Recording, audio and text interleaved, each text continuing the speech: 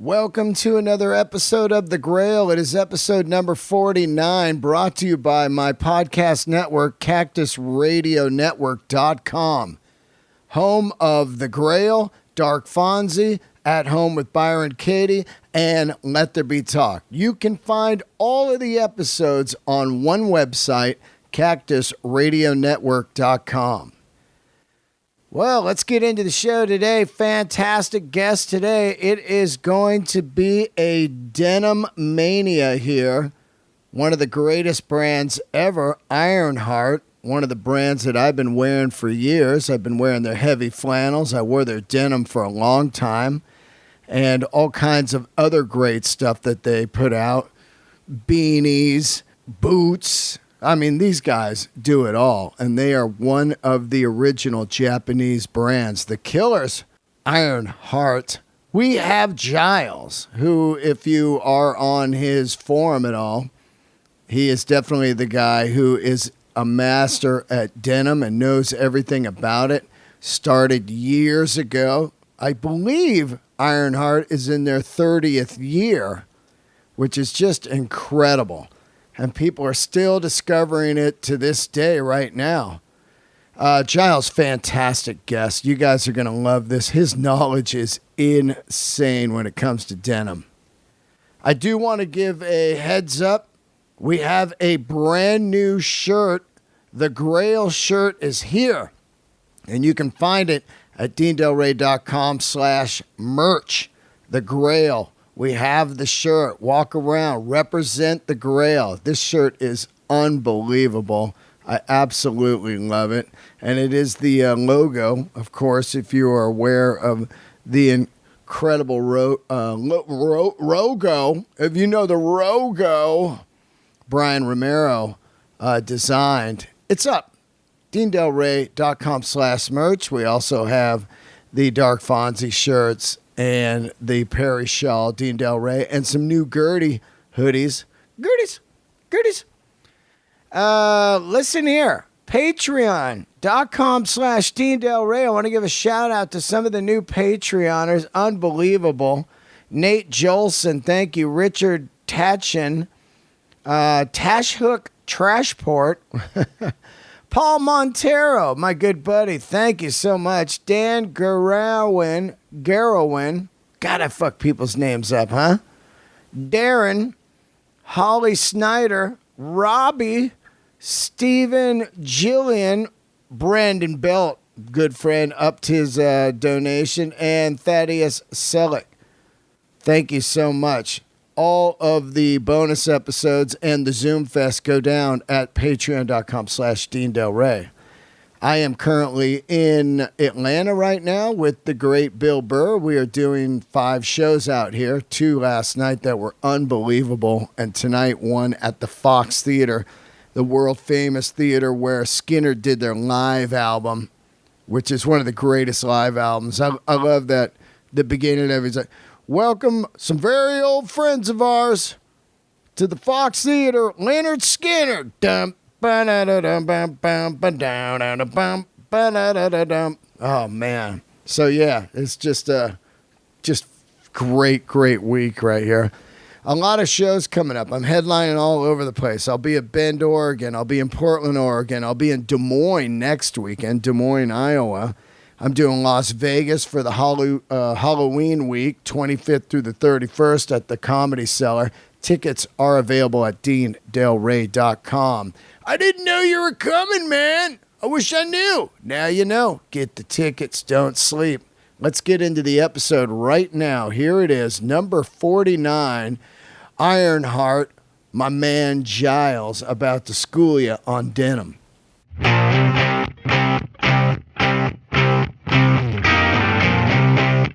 Hi, I'm Giles, and I look after Ironheart Denim outside of Japan, running with my partner Haraki, who does all of the design, production, and looks after the Japanese market. So are you kind of an owner, or? I'm an owner in Ironheart International, which is effectively a separate business. Haraki and I refer to each other as partners, but there's no legal right partnership. We're just good friends. And so you're in what, London, and he's in Japan? We're on the south coast of England, about 100 miles south of London. He's in Tokyo. Tokyo, yeah. That's where our head office. Most of our clothing is made in Kojima, which is further south. I don't know how old you are, but I'm 60. 60. How do you get into Japanese denim? To me, it was early days, Rose Bowl, Melrose, and all that. But how do you go from early love of clothing and then figuring out, like, of course, Biggie, Levi's, and all that stuff early on to getting involved with, Ironheart? Everything in my life has been an accident, and this is no different. I loved Biggie Levi's when I was 14, so that was a long time ago. I bought my first pair of shrink to fit. What was it, like James Dean? Was it a fascination with America, like Wild Ones, all that stuff? No, nothing that exotic. It was reading one of the English musical magazines, New Musical Express, NME, and there was a little advert in the back of it from, by Levi's saying, we're in town, come and buy us. Wow. So they were advertising in NME back then, huh? What year was that, 70s, 60s? That's 46 years ago. Wow. I didn't even know NME was around back then. Yeah, it was. I mean, must have started 50, 60 years ago. So what are you, like a rock and roller at the time, and you're looking for a look, or are you just looking for quality, or just denim in general? I'm a nothing. I'm a bit of a... Who was I? I'm a nothing. Who was I into at the time? I've got an eclectic taste in music. I would have been going to Status Quo. Oh, yeah. Deep Purple. You're the only one that's ever dropped that band's name. I've been talking about this band for years, how I use them as a benchmark for Europe. Europe does not abandon bands they love. Like when people, like I love the Black Crowes, and people go like, whatever happened to that band? I love their first record. I go, fuck it, But like Status Quo is definitely the benchmark of Europe not giving up. If they're a true fan of something, they stick with them all the way through to the end. Yeah, I've seen them more times live than any other band, and they're not very sophisticated, and my musical tastes at the age of 13, 14 weren't either, so they were perfect. So you're into that? I'm Deep into Purple? them, Deep Purple. My uncle was into the Beatles, and I can't remember which cover it was, but there was one cover of Lennon wearing some fantastic jeans, and just thought he looked fucking cool. So I tried to find out what they were, and ended up buying my first pair. So I collected a shitload over the next 20 years, never threw a pair away. They went up into the attic. They were going to be left to my son, because I thought it would be pretty cool for him to go to school at the age of 14 with some real clothes. Then I realised I'd got far too many of these fucking things. I'd got lots. What did you have? 501s going back 30 years, I guess, at the time. What, you were just collecting them or buying a few pairs a year? No, these were just ones that I wore and trashed or grew out of, and they went into a box, put them in the attic. I thought I was bad, like keeping shit, man. I couldn't tell you where my jeans were from the 8th grade, because most of them were chewed up from a BMX bike chain. You know what I mean? Well, I'd have kept them anyway. I know, right? And now we could have had someone do repair them, and they'd be badass. Unfortunately, mine weren't. I decided to sell some of them because I got too many of them, so I thought I'd check out eBay to see how much proper, in inverted commas, original Levi's were worth. None of mine were worth anything. But in the course of my research, I found this weird subculture of Japanese denim, and it really intrigued me. So I Googled and found 4 or 5 really cool brands that weren't represented outside of Japan. So what year are we talking? Be 13 years ago now, so 13 off 17, so 2004. So you're digging around. Who's around back then? Is it like Strike Gold? Flathead. Samurai. Ironheart. Yeah. Vinyl. And there was another one. Oh, Skull. Skull? Skull by an Alchemist. Gotcha. So I wrote to them all and said, hey, I'm Giles. Yeah. You probably haven't heard of me. I'd like to represent you outside of Japan. I got one response. And the reason I only got one response is that these guys don't speak English, and I had assumed that they would. Yeah. Hiraki happened to have a mate of his in town from LA, as it happens. What the fuck does this say? Well, some dude in the UK wants to represent you outside of Japan. So I got a response from Hiraki. Hiraki said, I'm going to be in LA in 3 weeks. I'd like to meet you. So we met, and he said, yeah. Now, are you working a job at the time?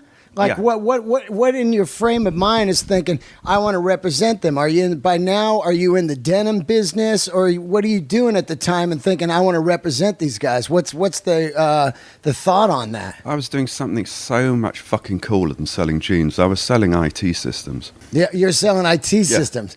And I didn't enjoy it. It paid the bills. So I'd been looking of different things to do to sort of see me through. And what are you, in your 40s at the time? Yeah. Yeah, gotcha. That's pretty 40s. cool. Like that, I always said if I didn't do comedy or was in the entertainment business, I would definitely be in the clothing business. You know what I mean? Like clothes, watches, boots, all that shit. I would just have some cool store with a French bulldog, and be like, "There's my store." Sitting around smoking and shooting the breeze. Yeah, I hope you come in. If not, oh well. I'm still having a good time. Yeah. So anyway, it was years later when I was sitting down with Hiraki over a dinner, and he said, he said, Giles, I've never asked you, how did you find me?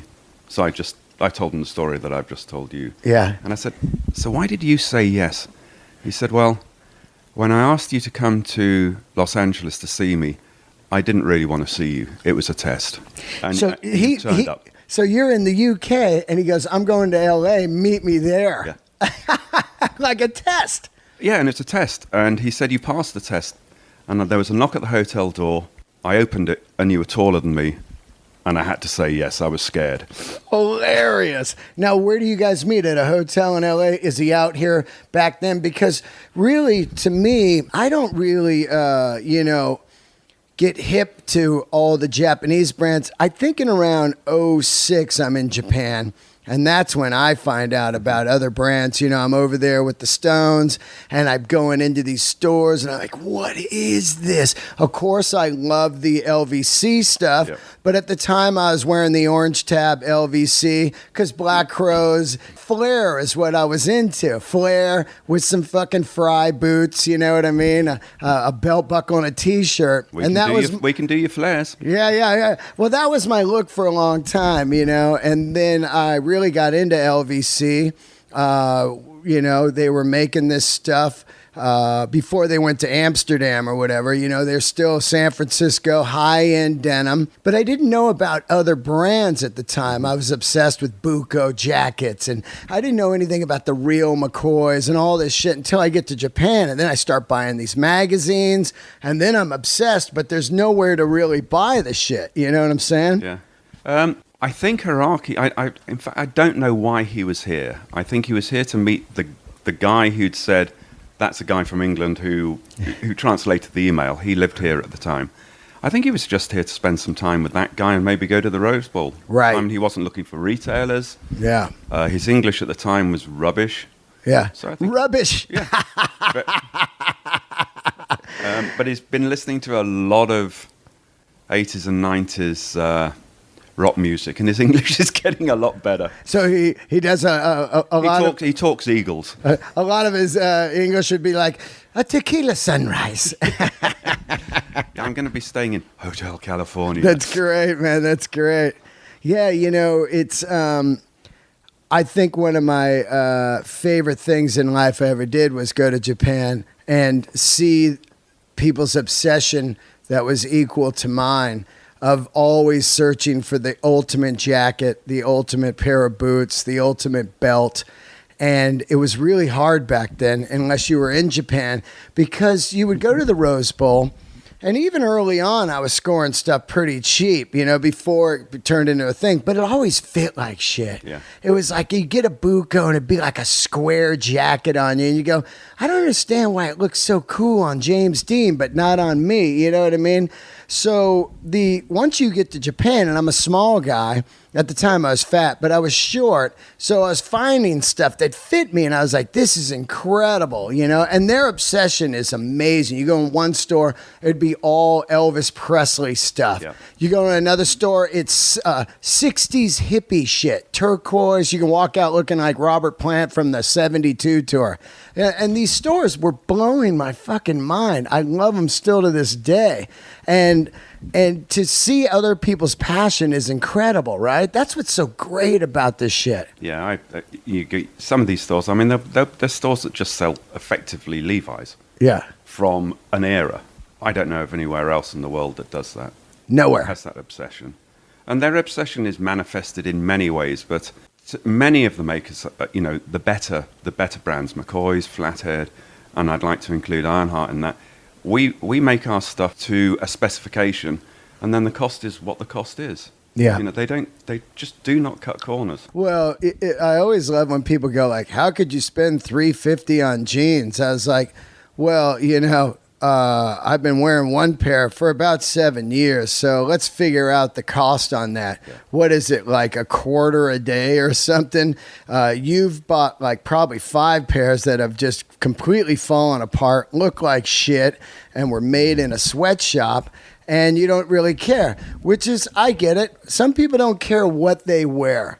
And that's probably about 95% of America. They care about trends, and they'll go down and just buy whatever's hot at the moment.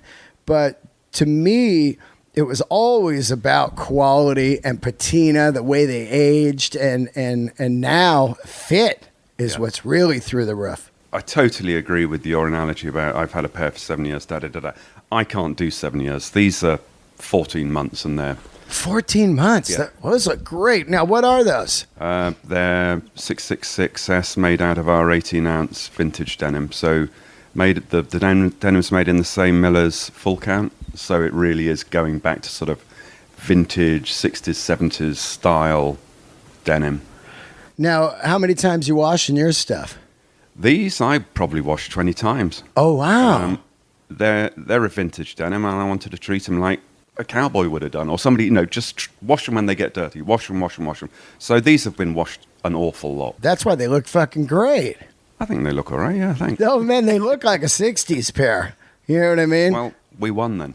Yeah. You won. Yeah, we won. Now, I don't want to jump into all different fits and everything yet, because I still want to get into your history. So you guys meet up in L.A., and then what's the next process? Where do you go from there? My goal initially was just enough to pay for my son's education. Right. And I built a website which, if you go into wayback.com and find it, you will piss yourself laughing at the amateurishness of it. It was awful. But we sold jeans from it, and that's all I wanted, to sell enough jeans to pay for my son's education. So he would send you jeans, and then you would just sell them on a website? Yeah. Oh, wow. I put an order in. I paid for them. In those days, I had to pay for them before he would ship. Yeah. So I'd buy some jeans, stick them on the website, keep my fingers crossed. Yeah. And I've sold my first pair to a guy who was on Superfuture, and he talked about it a bit, and then I started selling a few more. And then Keir from Self-Edge dropped me an email and said, I'm opening a shop in San Francisco. I'd like to look at some of your stuff. Hey, fuck, retailers are getting in touch with me. This is amazing. Yeah. So we sent him some. He loved it. He stocked it. At the time, is it only a one fit, a 501? At the time, it was 634S, which is effectively a 1966 501. Right. When I first started with Hierarchy, which was about 3 months before Keir got in touch with me, we had 2 cuts of jeans and 2 jackets. That's all we sold. Wow. And then you would burn, like, how many pairs of stuff would he make a year? Like, I mean, how is this guy staying in business? Was he just selling thousands, or? He's selling a shitload in Japan. At the time? At the time, his Japanese business was really, it was massive. Right. you're starting to sell them. So you're selling a mail order, and Kia finds it from some like website. I probably found it the same way as I did, just Googling Japanese denim and, how I originally found Ironheart. So you start selling to him, and then eventually, does he just eventually go straight through Ironheart, or was he always going through you? Every retailer in the world outside of Japan has to come through me. Oh, wow. It's Still to this day? Still to this day. Hiraki's very, very straight. He says, I don't know. I don't understand outside of Japan. Yeah. You do. That's yours.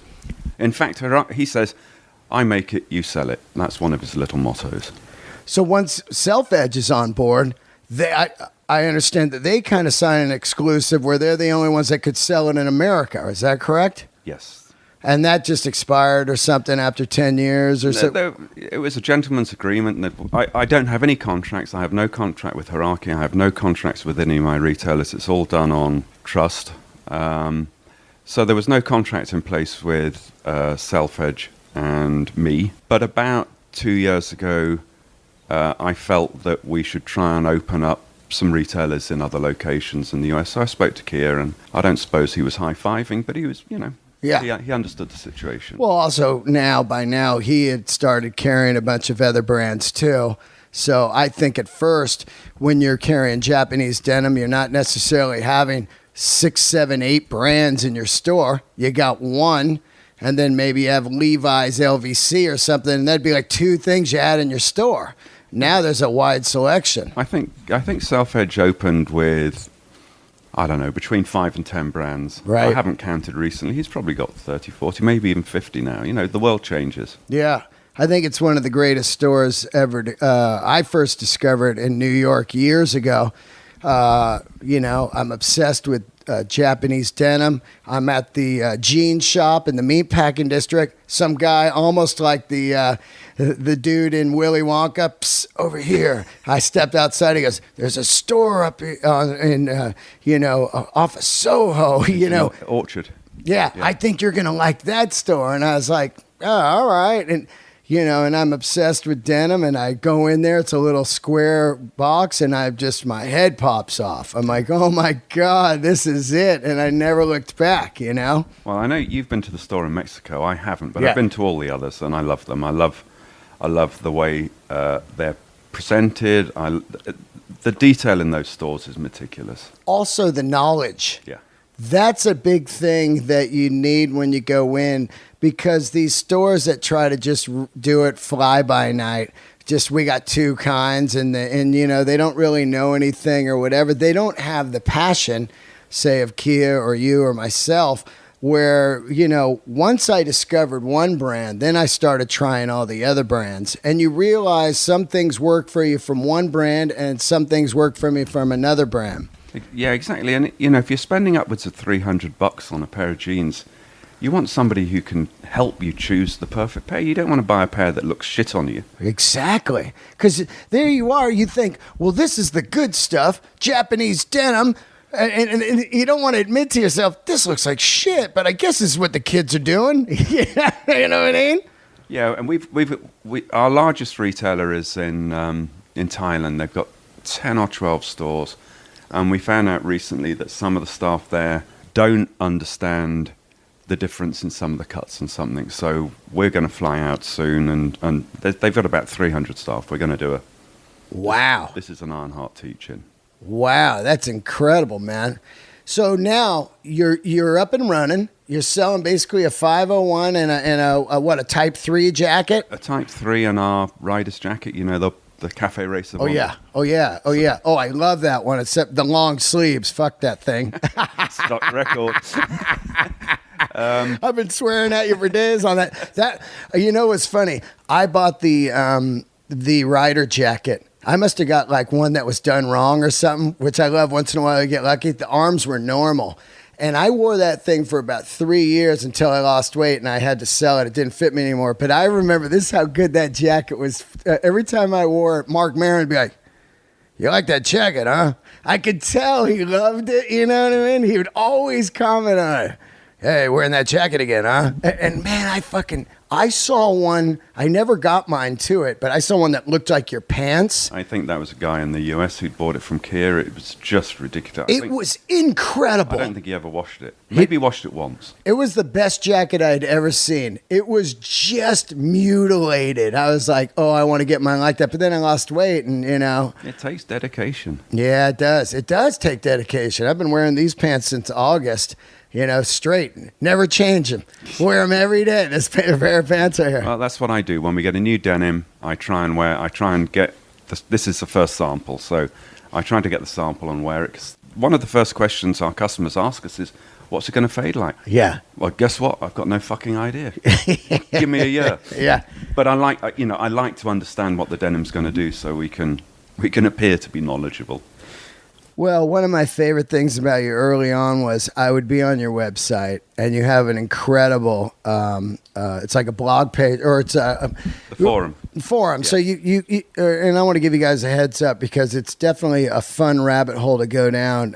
If you've quit drugs and you need a new drug, it's going to be clothing. And a lot of people on this show email me after like, hey, thanks for doing these denim shows. I got a new pair, my first pair. They're so proud. I love that. But basically, if you go on Ironheart, is it ironheart.com? .co.uk. Yeah. You go onto this website, and then you'll see a thing, and then you'll see a jacket, let's say, and then it'll say about this item. You could click on it in the forum, Yep. and it'll be pages of people who have it. Well, they're wearing it. You can see how it's worn. You can see how it faded, how it ages, and then you comment constantly on it. So you must be up all night like me, just like boom, boom. But it's such a great way to see stuff, you know what I mean? Because you look at it and go, wow, this looks great, It's another one of the great accidents of my life. A customer said, you should start a forum. Fuck's a forum? I had no idea. Yeah. And he explained it to me, and I still thought he was talking through his arse, but I asked a few mates of mine, and they all said, no, it won't work. And then one of them from New York got in touch and said, you know what? Knife forums work really well in the States. It may work. So we started it, and it's transformed our business. We were a weird little outfit on the south coast of the UK selling high-end denim. A lot of our customers in the States. One of the things the forum did was basically legitimize us. Right. Because people said, yeah, I bought some shit from them in Gosport. It turned up 3 days later and it's great. Yep. So that, if you like, the voice of the people helped an awful lot. And I try not to have a heavy hand on the forum because I love the fact that these dudes just talk amongst themselves. Yeah. That's much better than me saying, yeah, we sell great shit. Yeah, why do that? Just I love how you interject once in a while, like, oh, actually, no, this is the one you should get if you want a slim fit and if you want to wear something under it. You know what I mean? It really helps with that kind of stuff. Yeah. One of my problems I always had with Shot until recently was they would never, and also other companies like Langlets and stuff, they don't seem to understand that some people like their shit skin tight, rock and roll, and some people like to layer. And I never understood people when I put something on and I know it doesn't fit and they go, yeah, that fits good, man. You can wear something under it. I go, well, dude, I live in LA. It's 100 degrees every day. I ain't wearing shit under this thing ever. Oh, yeah, you don't want to go smaller than that. They're constantly trying to steer you away. It's like, just let the guy wear how he likes to wear. Mm-hmm. If you see like Keith Richards, the shit is skin tight. You know what I mean? He's not going to layer. Yeah, I mean, one of the issues we had in the early days on the forum was there were people who would be critical of other people's looks, right. And that's not fair. Right. I've always said, if you feel comfortable in and amongst your peers, wear what the fuck you want. Yeah. It's not for somebody else to say, actually, you shouldn't be wearing boot cut if you like boot cut. Yeah. Well, I also don't like when people go, I can't believe you'd spend that amount of money on jeans. Constantly saying that over and over as they spend $10 for a pack of cigarettes every day. Well, I'll spend $1,000. My passion, apart from this, is fishing. I'll spend $1,000 on a fishing rod. But I wouldn't spend threepence on a golf club. Yeah. We spend our money in different ways. Yeah, we really do. And it's unfair and rude to criticize the way other people spend their money. Now, do you have a store in London now? We have a retailer in London, Rivet and Hide, Right. who are brilliant. They're very similar to Self-Edge. They stock maybe 20 brands. They're in the centre of London. They buy a lot of Ironheart. We have no Ironheart branded stores outside of Japan, Wow. but we're opening one. In Long Beach. No, Vienna. Where? Vienna. Oh, Vienna. Yeah. Oh, I thought you were opening a store in California. We've started a new brand called Ignition. What is it? Ignition. Ignition. Ignition. Yep. As in, Yep. Car ignition. it's going to be sold primarily to Harley stores in the States through Ken's Factory, who are a famous Harley customizer in Japan, but they have a branch in Long Beach, and they ship a load of upgrades to Harleys through a catalogue to all of the Harley dealers in the US. So we're going to see whether we can sell more biker-specific stuff through Ken. Is Ignition part of Ironheart? Yeah. Wow. So that was also another great thing about Ironheart was the phrase was stuff you can ride in or clothing for motorcycle or what was it? No, we've got a few. But I mean, it's like, yeah. Stubborn's our starting point. Yeah. I can't remember. I mean, Was it initially for motorcycle people? in Japan, it really is Because only for it was like motorcycle. 21-ounce denim, at the time. It was like, It's a very specific Harley look in Japan. right. And by motorcyclist, I mean Harley. Yeah. Hiraki really only sells to Harley riders. The occasional Triumph Doodle to come in, but that's it. And Hiraki he's a bit bemused by the fact that outside of Japan, we can sell this shit to people who aren't bikers. Yeah, right. He's got to be like, they're wearing this thick-ass shit walking to work? I mean, the first time I brought him to the States, we went to San Francisco to Self-Edge to a party they were having there. And Hiraki just sat in the corner with his eyes sort of open, his mouth down to his knees, staring at these dudes because they were wearing shit slung around their arse, down their knees. Yeah, yeah. And he came away and said, this is wonderful. I've never seen people wearing my stuff like this. So he started to appreciate that there were different ways of wearing his stuff, completely outside of his ideas. Well, that's got to be mind-boggling to be in a corner of Japan and you're starting this brand and then all of a sudden, here you are in San Francisco years later and the whole party's wearing your jeans, your flannels, your shirts, I mean, all that is it's just incredible. Yeah, I mean, he said it in America. He probably said it at that party. I never thought I'd be here. VMC is one of our very good retailers in Europe. They've been going for 30 years, which is a very long time in our industry. We went to their 25th anniversary party. Loads and loads of people turned up in Ironheart gear, and Hiraki again was jaw dropped, eyes open. I never thought I'd see this. Yeah. Let's talk a little bit about the different denims, and they're all made on I always hear the old myths of these guys from Japan. They came and bought the Levi looms and took them over there, and these are made on the original Levi looms. But how are these pants made, and how do you guys come up with a bunch of different denims? They're not made on the old Levi's looms. That's bullshit. Yeah, right. Our denim is primarily made on Toyota looms, which doesn't sound very American, does it? No. From the Toyota car factory? Yeah. They make looms? Yeah. Holy shit. Big-arsed, industrial hunks of kit, fantastic things. A lot more complicated than a car as well. But that's what our denim's made on. So when did they get into the loom business, Toyota? I don't know when they got into it. They started making, because you can weave anything on a loom, doesn't have to be denim. Right. But the Japanese started to learn how to weave denim about 40, 45, 50 years ago. Wow. Not that long. Right. That's incredible, Toyota looms. So how big is the factory? Is it just a small place, or is it big, Ironheart? We make none of our own denim. Oh, We no. actually make none of our own clothing.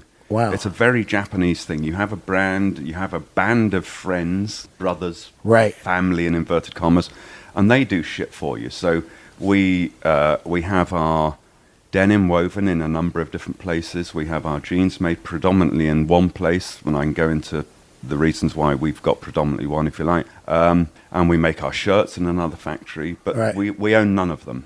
It's kind of like, I think, Strike Gold or one of those where one family does the buttons, another more or less. family does the sewing and stuff, that Yeah. kind of thing. Yeah. And So you don't make any of the stuff, you design it all, and then you go to the experts for each thing. yeah. In fact, all of our denim hierarchy designs from the yarn up. He doesn't just go down to the mill and say, I'll have some of that, some of that, and some of that. He designs it. We sample it. We weave denim in about 4 different mills, depending on the weight, what the looms are like. And Hierarchy often chooses his mills by the expertise of the engineer, the guy who can keep these machines going, because they're old. Wow. So it's like a race car mechanic. Yeah, So he chooses a team by how good the mechanics are. He took me into a mill last time. He said, Giles, I chose this mill because the engineer's very good. Wow. Not because they make good shit. It's because the engineer's good. That's so Japanese, right? Wow. And this was 3 looms and a husband and wife team. Wow. That was it. And they own their own looms? They own their own looms. They own their own space. They have the yarns, the weft and the warp shipped in from outside, and then they weave denim. And they weave them for different companies. I guess so. I mean, we certainly don't take all the production, but when I was there, they were weaving our 21, 23 ultra heavy raw denim, Wow. which is a very difficult denim to weave. It's gnarly and it's tough and it breaks shit. Is the thick denim still popular, 21 ounce? Because that's what I got into, and then now I seem to stick around 18 or lower, 21, we sell more 21 than anything else. Really? Without a doubt. It's a beautiful denim. It's soft, it's supple. You can't believe it's so heavy. A lot of my stores say that when a customer walks in and feels all the different denims, knowing nothing about Japanese denim or high quality denim, self denim, they will usually walk out with a pair of 21 ounce Ironheart. That's funny. It's like our gateway drug. Yeah. That's how I got into it. And then, of course, I've changed fits over the time, but I get into Ironheart 21 ounce 301S. Yep. And now, was the 301S a self-edge design, a spin-off the 666? Because I know self-edge had some different fits, right? Self-edge have got a number of different fits. The way the 301S worked is we were in Kia, me, Dimitra, we're in Tokyo. Hiraki says, I've come up with a new slim fit. And I fucking hate slim fits, or did at the time. Yeah. And Kia said, oh, a slim fit. Giles, can I have exclusivity? You're fucking right you can. I don't want that shit. So I gave it to... I let Kia have exclusivity for that. We had to treat the cut. The first cut that they showed us was bad. Yeah. We did a couple of samples. Kia adjusted it, and then got it to where he wanted. And he's had exclusivity for that cut ever since. Wow. Now, once that happens, is that why you made the 666 or the Beetle? Like, because you saw that the slim fit was popular and you wanted to have your own? The 666 is not nowhere near as slim as the 301. Gotcha. I designed, sorry, that's bigging me up a bit. I approached Hiraki and said, I want to do a slim fit, and these are the sort of dimensions I want. And we came up with the 666. I don't see the 666 competing in any way with the 301. But a few years later, I was getting a lot of requests from retailers and customers for something slimmer. I couldn't sell the 301 because I'd given Kia exclusivity to that. So we came up with a 555, which is 555. Which is a slim cut, but different from the 301. What is the slimmest cut that Ironheart makes right now? The cut with the most taper that is also slim is the 777. That's slimmer than the 301S?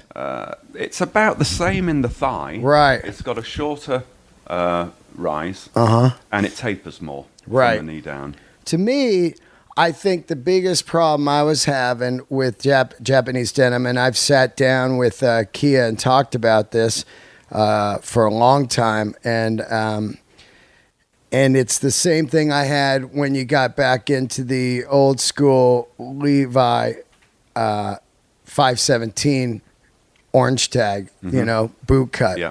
When you're short, which most of Japan is, and you have the shape of the jean, but it comes 36 inches long. By the time you cut it to 28 or 20, let's say somebody's 27, 29, 30, you lose the bottom shape. You do. And it's made my head fucking spin because it's the last great thing. And, Kia's like, well, they're small factories. They're not going to change it for shorter people. But to me, it always seemed like they should have two runs. One that would be 32 to 36 and one that would be like 31 to 27 or whatever. That way, we could have the original design that looks like it does on a tall guy. Because when a guy walks in with a 301S and he's tall, I go, that looks fucking great. And then I get it, and it just looks like this no-shape piece of shit when I cut it. So now I'm really, really going after brands that start shorter. So this Pure Blue Japan comes in around 33. When I chop 3-4 inches off it, it's still pretty close to the original shape. But is there ever any kind of thought of doing because, I think there's one brand. Jean Shop used to do medium, small, medium, and large length. So you got the original shape. I think the question you were going to ask was there any thought about doing that? Until 30 seconds ago, no. Yeah. but it's a really great idea. I've sort of subconsciously recognized the issue by sometimes when I design a pair of jeans, I've said to Tom, who's the pattern maker, make it perfect for a size 32, for an inseam of 32. Right. But make them 36. Right. So that so it's the same from 32 to 36. No, it's the correct width that we wanted at 32. Right. So it'll be narrow at 36. Right. But it means that gotcha. the tall dudes can still wear it. Right. But the smaller dudes will have the correct cut if we go down to 31, 32, or 33. Our main issue is we're not large enough to make an array of different lengths. I get it. But how about pre-order? Pre-order's really difficult. Right. For all sorts of reasons. And I could bore you for hours about it. If anybody says we can do pre-orders and it will fit, and they're talking bullshit. Right. I'm just talking if you just put it up on the site and you went, here's an idea. We're thinking about doing a 32 length 301S, or let's say a 555. For shorter people so they have the shape. If we get enough, or it's going to be the same jean, but it's going to be fit like a long one. If we got enough, we would make them. I think I'll make them anyway. Yeah. I think it's a great idea. I really believe, let me tell you, I believe in this so much, and this is why I believe in it. Not because I'm a short fucking guy, but I've been getting stuff hemmed all my life. And no matter where I go, let's say I go to Fred Siegel back in the day, or I go to Self Edge, I always ask the person, what's the average length? And he goes, always around 30 to 32. All of them.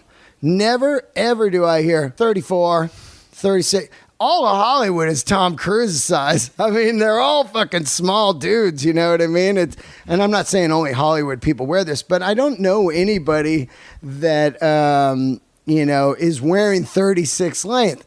You could save a lot of money by not, having all that and making, because to me, the ultimate silhouette is the last thing I'm looking for. Yeah, and you've really got me thinking. I mean, the way I approached it was if we make them long enough, then everybody can wear them because we can always cut them down. Right.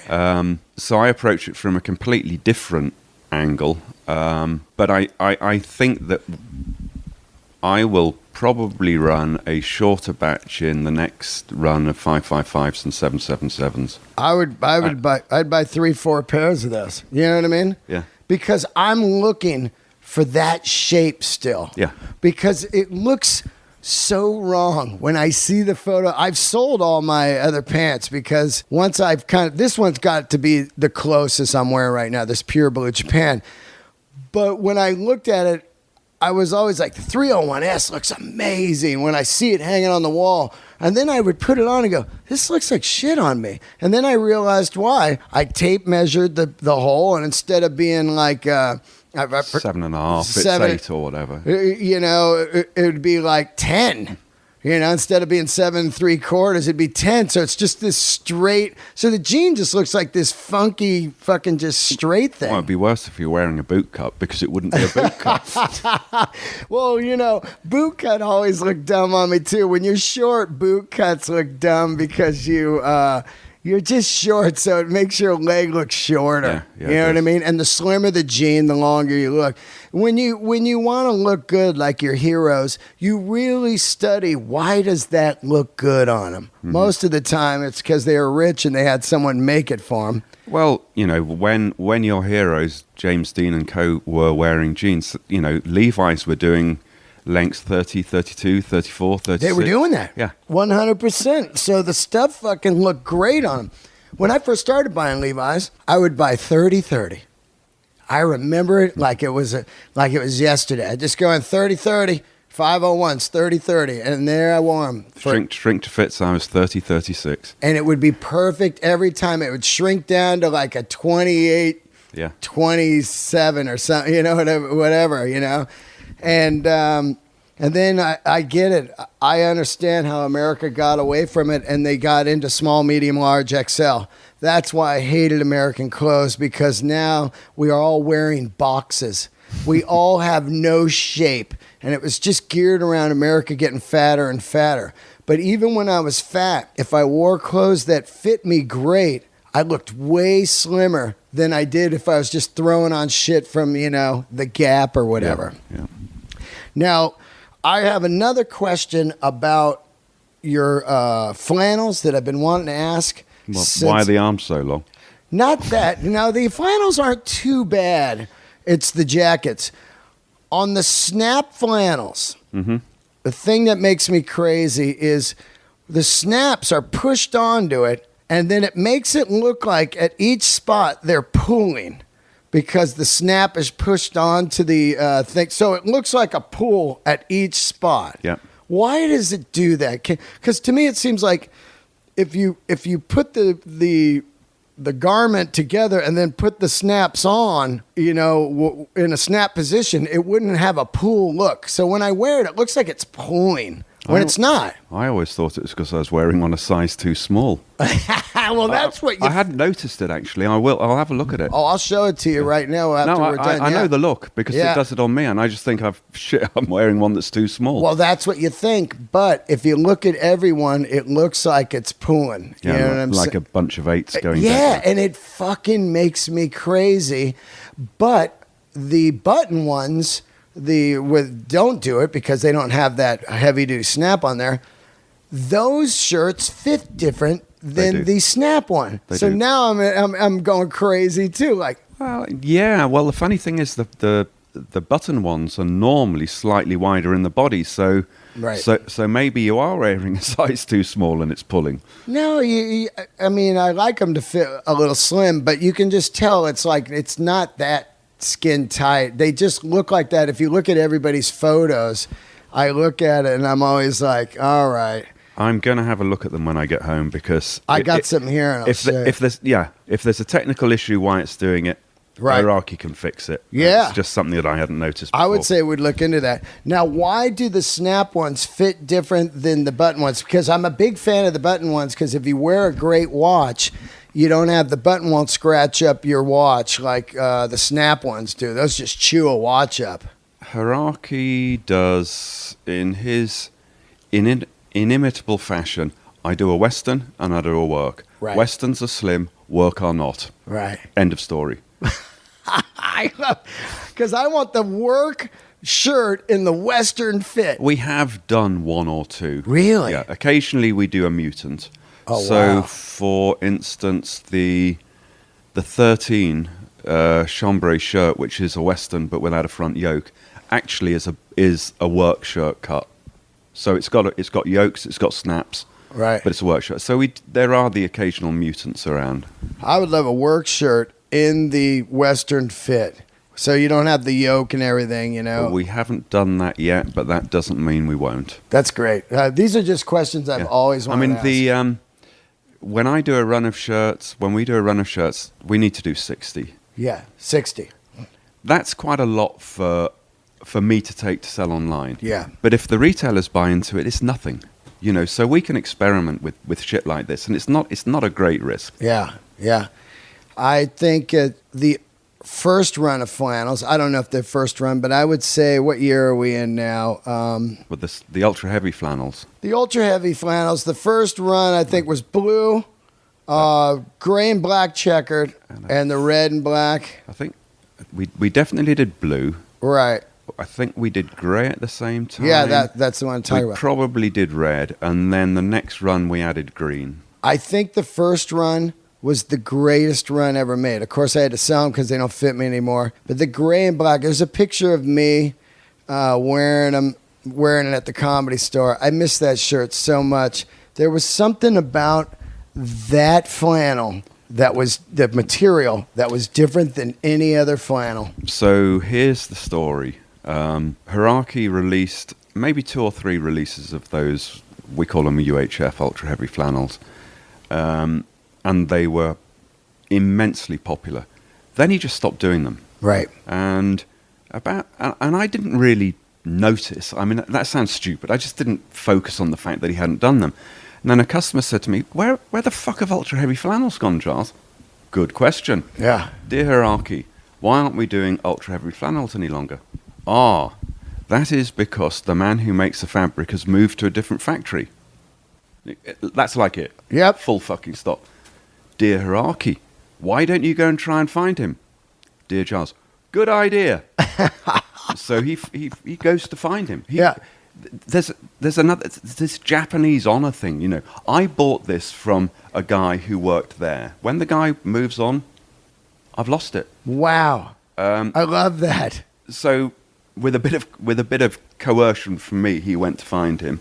He found him, and we used the same yarns as we always did, but every single loom behaves a little bit differently. Yeah. So although it's the same guy designing it, the same guy weaving it, we're using the same yarns, it'll just be slightly different. It was different. Yeah. It was different. Those were the finest flannels ever made.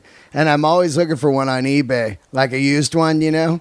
Well, you stand more luck than the large dudes, because I bet we didn't do them in double or treble XL back then. Yeah, no, you didn't at all. They just came in like 3 sizes. But the feel of it was like a soft blanket. It was crazy how it felt. I wore it every day. It was the gray with the black, you know? I had the blue. And it was so dirty by the time, because I never washed it from riding on my Harley nonstop. It was the weirdest color later on. It looked amazing, man. But those were definitely the finest flannels ever made.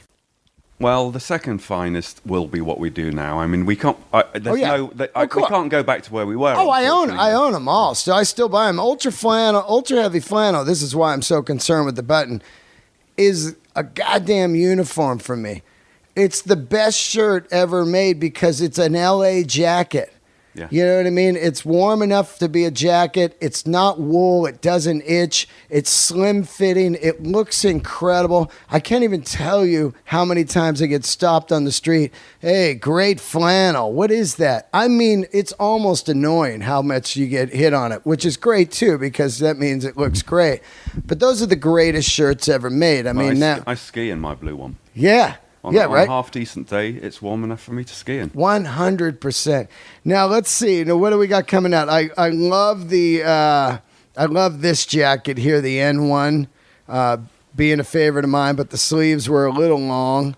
We're releasing a different version of the N1 deck jacket this year, which is based on a B2, so it's a little slimmer, which may work for you. That's what I like. I don't know. I'm not sure about the length of the arms or the length of the body, but it is a slimmer cut. Ooh, and it's the khaki color. And this is kind of cool. The top, I like the pocket shape better. That's very. It's a good pocket shape if you're sitting in a car. Yeah, You can get into it. Yeah, right. And I'm glad I didn't buy one then, because this looks great, man. And that's coming in 3 colors: khaki, this sort of muted olive, and black. Oh, and denim. Oh, I think I need the green, the olive. Ooh, yeah, I need the green. It's army. There it is in denim. Ooh, man. Nah, I gotta have the army. This is gonna be my jacket for the winter. What else we got coming? Well, without going through lots of stuff that people can't see, we've got a slew of ultra heavy flannels that we've just talked about. Oh yeah, you got any pictures of them? I'm just curious. Somewhere in there. We've got a Western shirt made out of a fabric called kersey, which is when Hiraki sent me the line sheet and it said kersey. Yeah. I went back and said, Hiraki, you spell kersey with a J. And he came back and said, no, Giles, it is kersey. Kersey is a twill weave that used to be made out of wool in the east coast of England, and it was the poor man's alternative to cavalry twill. Oh, wow. And Hiraki recreated it out of cotton. Ooh, I like this Eddie Vedder. Whoa, this corduroy trucker jacket. Is that coming out? Well, we've just released it in 3 different colours, and we're releasing it in a slightly heavier one for this fall in black and brown. Ooh, the Eddie Vedder, man. Is that a slim fit? Is it short? Or because they made these long for a while. No, it's pretty short, but it's got side pockets, so it has to be a tad longer to accommodate the pockets between the breast pockets and the waist. Oh, this is incredible, this corduroy jacket, man. Wow. I love the Type 3. Okay, here's the flannels. Oh, man. Now, this is out now, right? He's looking at a grey ombre. The one that's out at the moment is a medium weight brushed flannel that's a slightly different pattern. Oh, fuck you. I need this right here. Can you remember we did a red version of that? We love the red version so much. Yeah. I got the guys in the office to basically Photoshop different colours, and we sent a brown one and a green one to Hiraki and said, do that. Oh, I need the brown. I've been waiting. We're doing it in a work shirt. Are you interested? What did you want? You want a thing with buttons that's slim. I want a work shirt slim. Could you do it? Not a one-off. No, I got you. Anyway, I take this though. It's just incredible with the buttons, you know. That's the kersey. Oh yeah, nice. I'll tell you what. This brown. When's this coming out? It says July on the line sheet, so that probably means September. Oh, man. Okay. So I need the brown flannel. That is incredible. I've been waiting for a brown forever. They made brown once a long time ago. Yeah. And it's sold. We've actually done it twice. Once in a brush flannel, once in an unbrushed, and they flew. I never got one. I have no idea why. Sometimes the most obvious stuff to us. We miss. You've brought up a couple of things that should have been obvious to us that we've missed. I missed the fact that the brown sold really well. Oh my God, dude, the brown is so great. It's so LA, it's just it's almost like cholo but biker. It's just killer.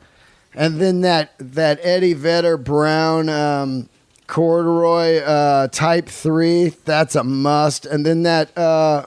And the new N1. What's the N1 called, the new one? I think we call it the B2. B2. Yeah. Yeah, I'm on that. So you got a lot of great new stuff coming out. Yeah, we've even got... You got a Type 2 coming out. God, this is great. We're on a podcast. We got a goatskin M65. Wow, who's making that for you? Is Arrow making your leather still? They stopped making it a few years ago. We have 2 places that make our leathers now. We've got 4-Speed in Japan, who are making this, which is the goatskin M65. God, that's cool. And a small company in Scotland, Simmons Built, are making some of our new leathers that we'll be releasing soon. And what shapes do you got for leather coming out? The first release from Simmons Built is going to be a German vegetable tanned horsehide sort of worker's jacket. So quite a simple jacket. Right. Zippered top pockets, no zippers on the side pockets. Right. and simple arms with no cuffs. I'll tell you, man, some of this stuff that I'm seeing is just, your hoodies are incredible, of course. Those are just mind-boggling. And then your jeans. Wow, this hoodie's cool. This pullover one. Wow. So, yeah, a lot of great stuff here, man. I'm looking forward to everything coming out. Man, some of that stuff is just great. That brown flannel knocked me out. Oh, wow, you got some khakis kind of coming out? Some like Ben Davis almost work pants, I mean? They're whipcord coming out in olive and khaki.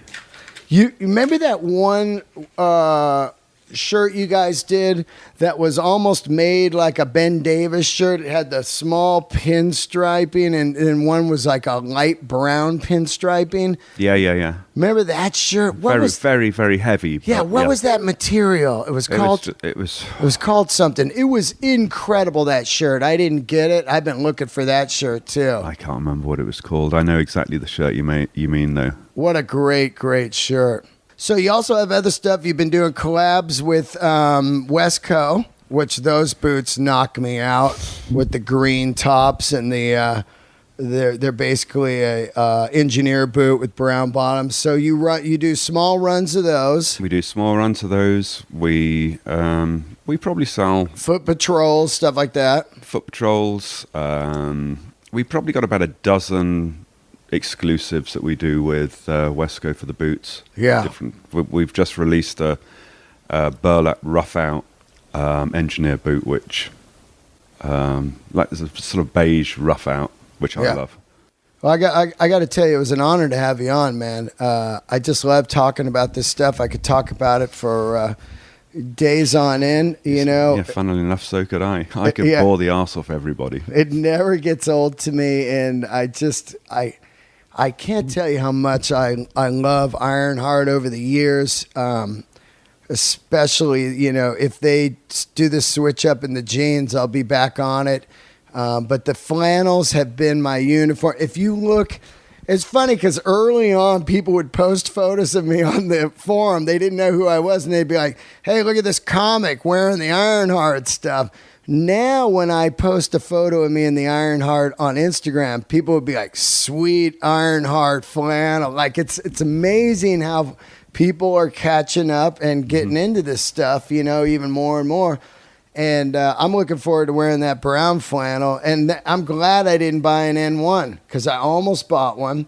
And the arms were a little long, and it was just this one knocked me out. When we get the new one in, I'll send you the measurements because I don't know whether the arms will be longer or shorter. But we'll see what we can do. Oh, man. And then hopefully one day I'll get another one of those denim rider jackets without the 18-foot long. Because if you're short, if you're wearing a medium or a small, which I wear, your arm is not going to be 28, 29, you know? Even though I ride with ape hangers, it's still not like, you know... because Hiraka's response to the arms are too long says it's not when you're doing this, and he sticks his hands out and sticks them on a pair of apes. Yeah, but it's not. It's just I've been wearing normal jackets all my life, and I was never like, I wish the arm was 4 inches longer on it. You know what I mean? So Hiraki, going back to something we were talking about earlier about how motorcycle or even Harley Davidson centric he is. I took the first sample of the jacket that we were talking about that Simmons Built are going to make for us. I took that to Japan last week, and I thought it was a bit loose around the shoulders. Yeah. And I gave it to Hiraki, and the first thing he did was put his arms forward and said, nope, that's perfect. Yeah. If you're riding a bike, you need it to be loose so you can stretch forward. I get that. I've seen that. But also what I find, especially with leather, is eventually it stretches and becomes perfect. So when you're not riding, it looks normal, and when you're riding, it's, you know what I mean? Yeah. It's well, it's like jeans. I mean, a pair of raw denim, unwashed denim in the shop often looks shit. Yeah. Because it's starchy and it doesn't drape. Yeah. But one of the beauties about denim, the twill, the way it drapes and molds to your body, that's why we like it.